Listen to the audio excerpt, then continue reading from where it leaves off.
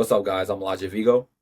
I'm Michael Kanalakis, and welcome back to episode 7 of the New Era Jets podcast. Today we are going to be focusing on first the tragedy of Kyron Lacey's death, and then we're going to jump into some Jet related news on the bright side. But first, we just want to say prayers up to Kyron Lacey's family.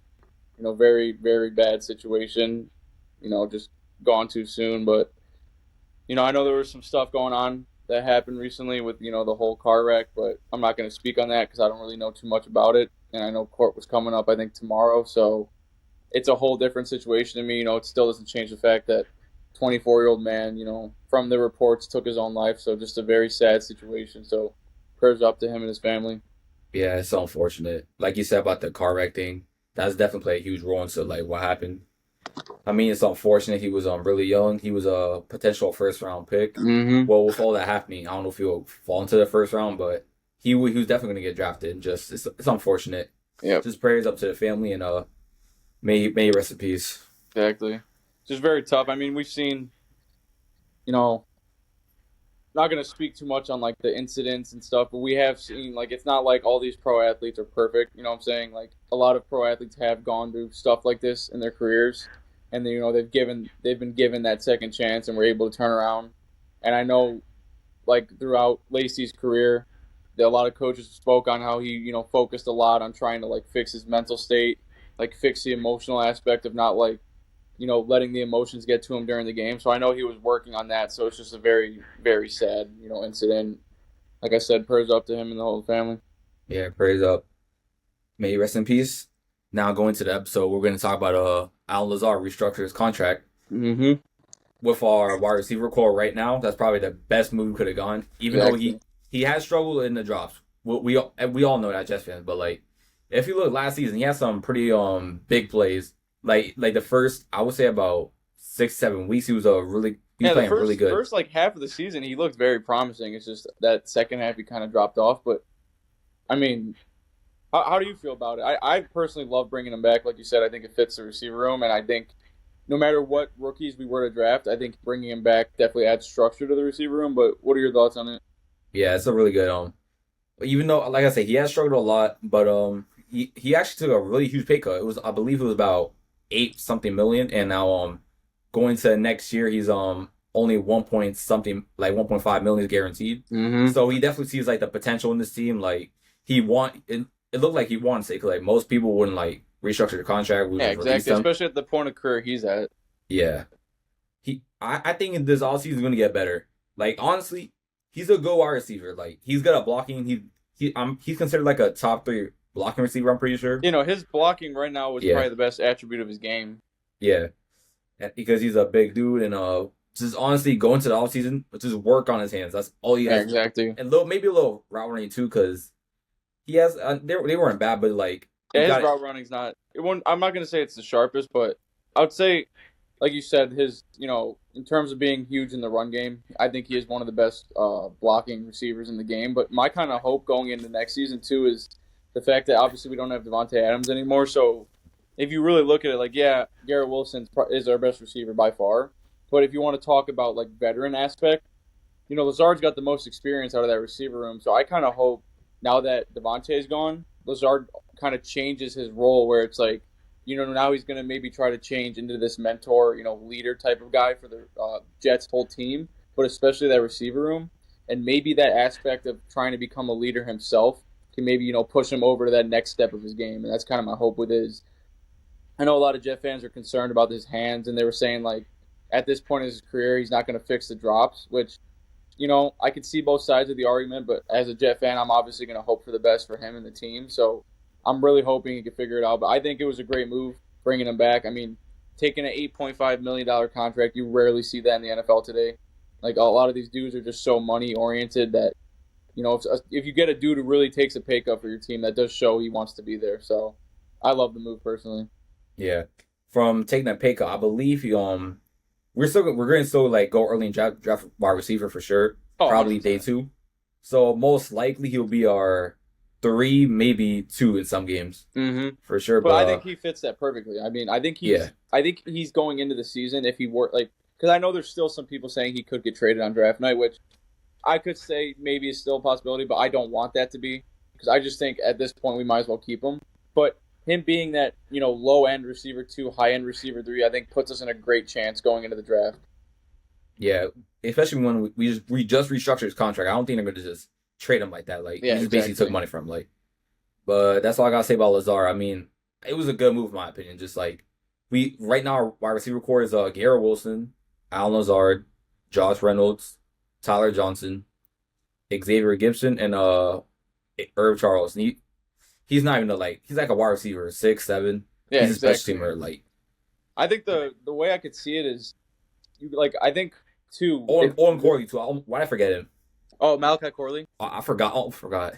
Yeah, I hope Engstrom uses Corley in the offense, right? But I think one of my things I've been seeing is if you watch the way Josh Reynolds plays, like it's not obviously very close to Lazard, but I'm hoping that having a guy like Lazard in the same room as Josh Reynolds can either bring the most out of Lazard or bring the most out of Reynolds. Because then we're looking at people want to Reynolds went through that whole situation where he got shot in the head, didn't he? Yeah. Yeah. Wait, So no, it was like his arm too. No, I yeah, think it was the back of his head. yeah, I think it went through something with he got shot at some point. So obviously that's a very traumatic thing to come back from. So yeah, his stats have been down recently, but if he could get back to that type of spot, or Lazard can, and you already have Garrett, and we're probably going to draft someone like you said, round 2 or 3, I think our receiver room's looking a lot better than we were maybe 2 months ago. I was a little concerned about what we were doing in free agency, but those picks like Reynolds and Tyler Johnson could actually turn out to something. Yeah. They both have really good hands too. Reynolds, he only had like a few drops, and he has a lot of experience with Angstrom from in Detroit. So Mm-hmm. with all that experience, it can really help. But other than that, I like it. Now, with Justin Fields and Brandon Stevens, their first press conference, they talked about why Fields chose the Jets, and the first answer was Aaron Glenn. Yeah, exactly. Aaron Glenn, baby. They see the vision. Yeah, he's seen Aaron Glenn, what type of coach he is. He's a lot of discipline, and even though he's a more of a defensive coach, he understands offense just as much as defense. And just like the person he is, he's a perfect coach in my opinion for Jets. Oh yeah, I think there I could have think been any other one. you've probably seen the articles, but I know they've been talking about how the last couple of years, even though he was the defensive coordinator, he's came out and said he wanted to, he's been focusing more on looking at the offensive side of the game because he doesn't want to be known as a defensive coach. He wants to be known as a coach. You know what I'm saying? Yeah, like he wants to have that experience. So I think it's a good test for him for sure because obviously when the season gets going, we'll obviously come back and revisit this and see if we were right or not. But I saw with Stevens too, which we talked about in I think our coaching staff episode about how we love the DB room in terms of coaching with Harris and Bly. Stevens said that was one of the main reasons he came to the Jets. 12 mil a year after having a down year is obviously very nice. So the money played a role, but looking at those coaches we brought into the DB room, I think that actually did bring him in a little bit too. So I was happy with those two. I was happy with his answer, and I really hope those two could turn Stevens around from that down year, and I think they definitely will. They can for sure. Dre Bly is a former All-Pro corner. Harris, I don't know too much about him. I'm pretty sure he played how many years in the NFL? 6, 7. Yeah, I think he played for a solid amount. Yeah, and he was a solid corner, and Aaron Glenn too. I'm surprised they haven't retired his. Actually, he was good at Jets, but I don't know if they would retire his jersey yet. I don't know, but he should be in Ring of Honor for sure, though, in my opinion. Oh yeah, I think he'll get there for sure. Yeah, because he was also a kick returner, punt returner too. Basically, he was the main person on defense back in the '90s, and just him now being the coach of the Jets is means a lot. And I can just imagine I can imagine him taking us to the playoffs in the AFC Championship game. Like he said, to this day, he still remembers the 1998 Jets versus Broncos AFC Championship. The Broncos game. He still remembers it to this day, and he wants to get back. So it would be a textbook story if we get back and it's against the Broncos too. I mean, they are doing pretty good, but I don't know if they're they had a good free agency. No, yeah, they had a good, especially after last season with Bo Nix, and they had a good free agency.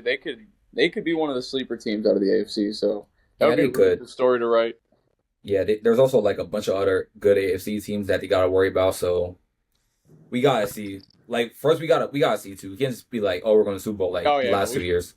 We gotta at least get the idea of a winning season in the way. You know what I'm saying? Get into the wild card at least and see how we do. Yeah, build off that. But it's just, I mean, at this point, we got to take everything in building stones. You know what I'm saying? First Yeah, steps, obviously, the draft. Then we go to the workouts, and then we go into the season. yeah, Speaking of because the draft, I know we've had a lot of visits set up so far. So I'm not going to go through all of them, just obviously for a time matter. But I was going to ask, like, for me personally, my favorite ones we've had so far. I mean, everyone obviously wants to say like the Tyler Warrens and all that, but I love Michael Williams out of Georgia, their edge. I think he could be really good. And then Kyle Williams, the receiver out of Washington State. If we could somehow pick up one of those two, at they're both gone within the first round. Maybe even they, if one of them were to drop to the second round, it would still be kind of crazy to me. But if we could somehow score one of them, that would be a huge win in my book. And those are two dudes I've been watching a lot of their highlights, and I think they would fit great with our coaching staff. So not like they're obviously not the biggest names in the draft, but those are two where it's like if we could somehow pick up one of them, I think that would be a really big win in the Jets book. How about you?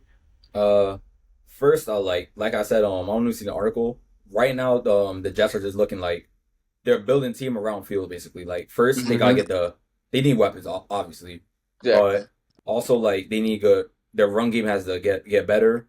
And I mean, first he got Olu Fashanu. He did a pretty good. I'm pretty sure he did good in the run game, right? And he was Yeah, a he good did. pass He did protector. pretty good. Yeah, he's our starting left tackle. And then we got John Simpson. He had a really good year in the run game too. Titman actually he also had a pretty good year too. Pittman And was one of like the best. I think he was one of the centers, best linemen in the NFL in the run game, like I based think he off was top grading. five. Yeah, based off Yeah, grading. and then Vera Tucker. This is his first healthy season since his rookie year, and he missed like 2 games, but he did really good this season. That And those right four had a now, great year together. yeah, and just all we need is a right tackle. And honestly, if we were to get Armin Membu out of Missouri, our offensive line could be top five Oh, easily, that's not even crazy no to say. doubt. I mean, I think as a Jet fan, we're all happy. Like, yeah, there was the whole controversy about if we should have took Brock Bowers or take Olu, but we took Olu, and I think the fact that Olu got that experience last year is going to be so beneficial for his career, and especially this year, I could see him having another great year. Like he's shown, flashes last year, but yeah, it's one of those rookie linemen where there were a couple plays where he might have been off by a step or two, ended up resulting in a sack or something, but I think he had a great year. And I think building into this year, if we could get someone, very strong off the right side, which if we do take Arbon out of 7, I mean, that is one of the Perfect best. If you look at it off paper after the year we just had last year, you could say right away that's a top 7 O line in the NFL, just off paper. for sure. Like Olu, he only allowed a single sack all last year, and he went against when did I'm trying to remember what game he officially started at left tackle. It Cause I wasn't know until he did a little right tackle for like a few yeah, it games. wasn't until Was it okay? Let me think. So I remember Tyron Smith. He got hurt after the. No, wasn't it it wasn't Houston. wasn't it around week 6 What was week 6? when Tyron? It was after Tyron Smith got hurt. I'm trying to remember. So Tyron Smith. I know he played the Houston game. I was there. Yeah, he played in the Houston game. And what was Was it the Cardinals after that game? Or was it the Colts? After the Houston game? Well, it was Arizona, right? Yeah, I think it was the Cardinals. Yeah. Then I believe that's the game he got hurt or something. Or some people say he got benched.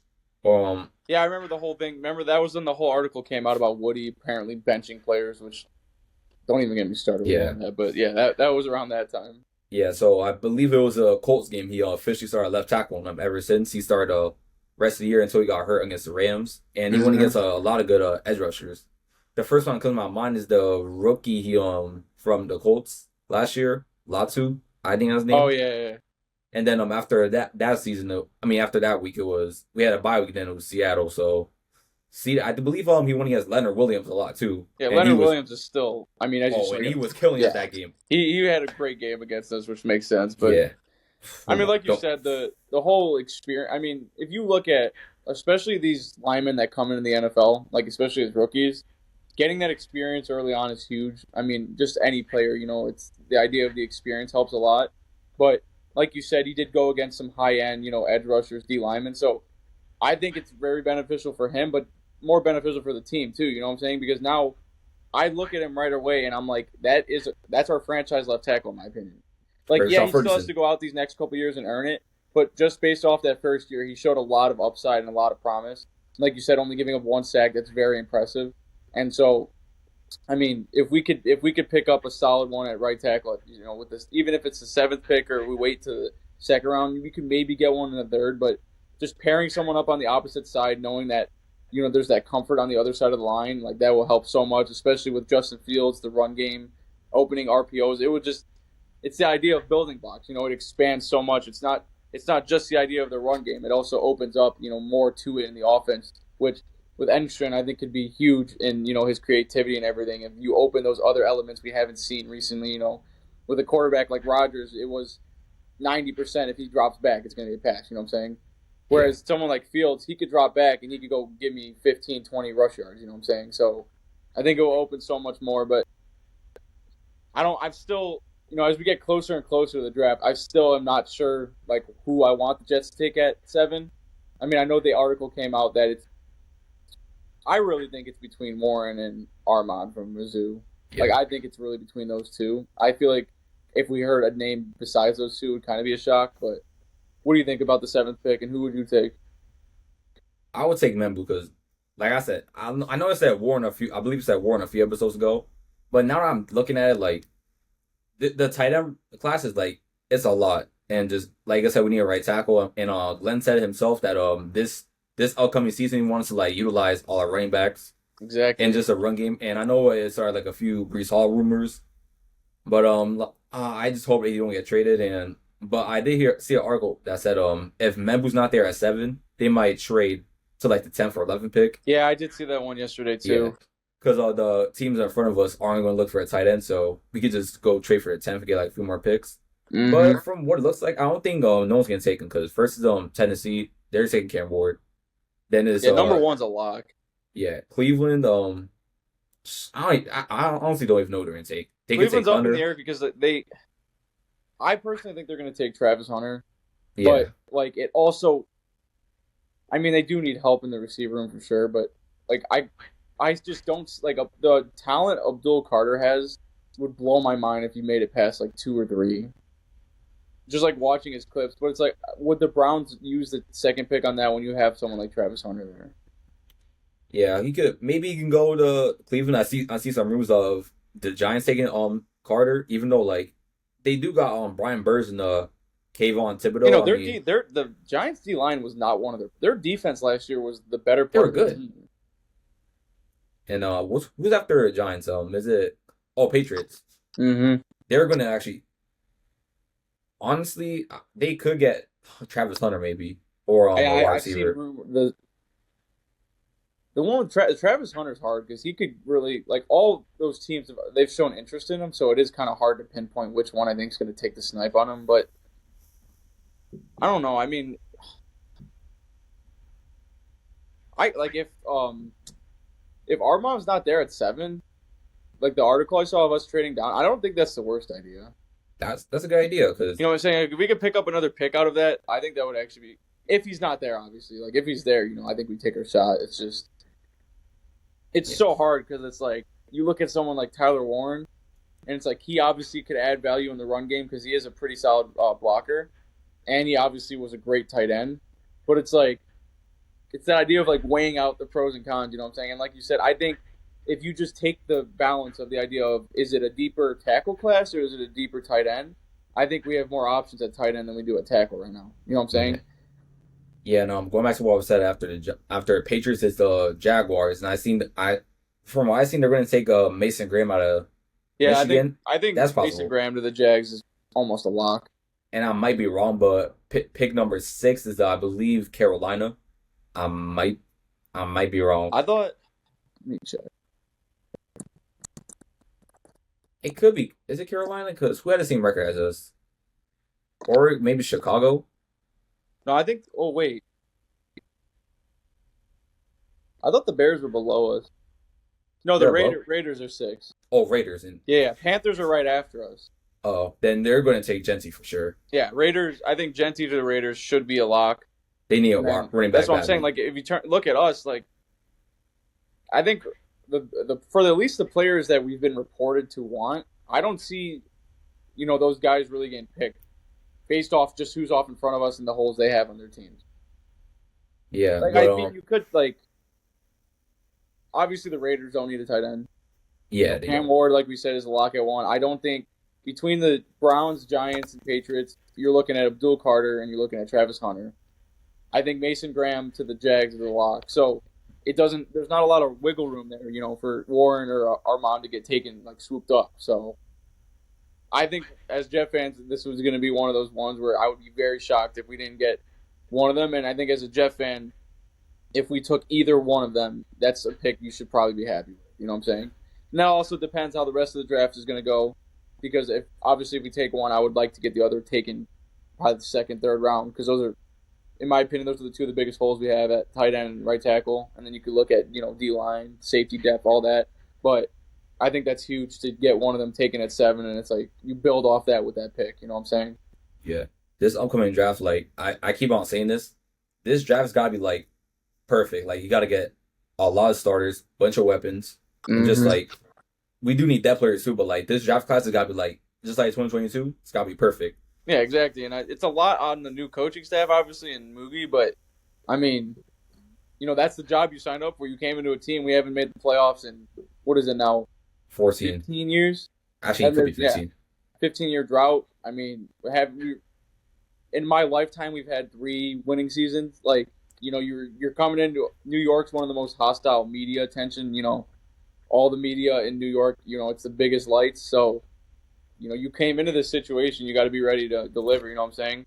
Yeah, one bad pick, they're gonna curse you out. So Yeah, it's gotta exactly. be perfect. And especially if it's within the first 3 rounds, because like I said last episode, those first 4 rounds, I'm hoping to see 4 names where it's like this dude's coming in and he's more than likely our starter. You know what I'm saying?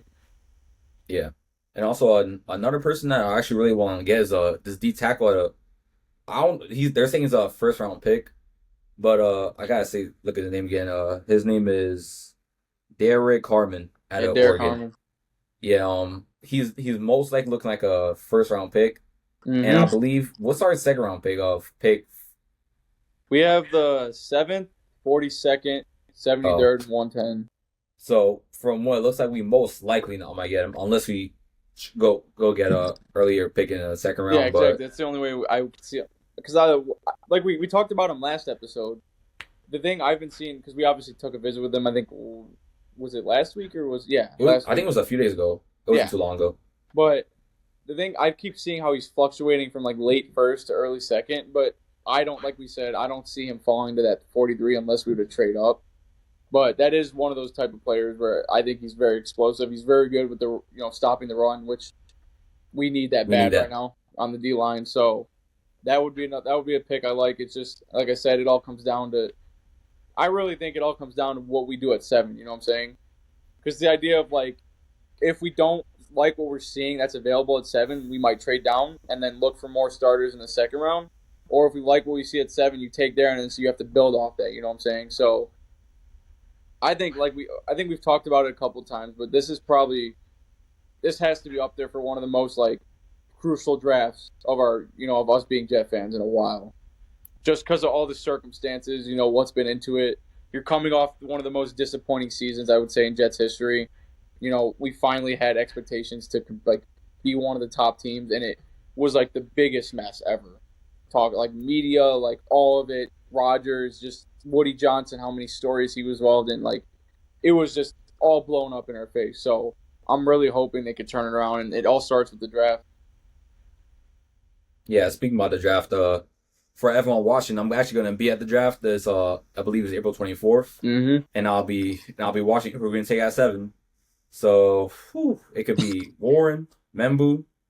I hope it's not like some random person we never heard of. It better not be some like curveball where Yeah, hopefully, but I'm hoping that whoever we draft at 7 is gonna help us a lot, and Mhm. hopefully this is the year where we can finally break the playoff curse. Yeah, we need it bad as fans. We've been through enough. Yeah, and just it all starts with the coaching. I mean, I can confidently say it myself. This coaching staff is by far like one of our best ones. Like Yeah, it's one last of the year, most. It's probably the most like one of the ones I would say. Not probably not yet, just because they haven't proven anything. But yeah, in terms of me being a fan in my 20-year life so far, like this is probably the most excited I've been going into a season, just because it is a lot of names. Obviously, I've heard of, but there also are some like Engstrand. Before this year, I haven't really heard of him. So it's the idea of it opens the room of, you got to go out there and show us. You know what I'm saying? Like, yeah, Ben Johnson said you were a big part of his, his offensive coordinating like schemes and everything. Like you helped, the Lions offense take off. But now I want to see that translate to the Jets. You know what I'm saying?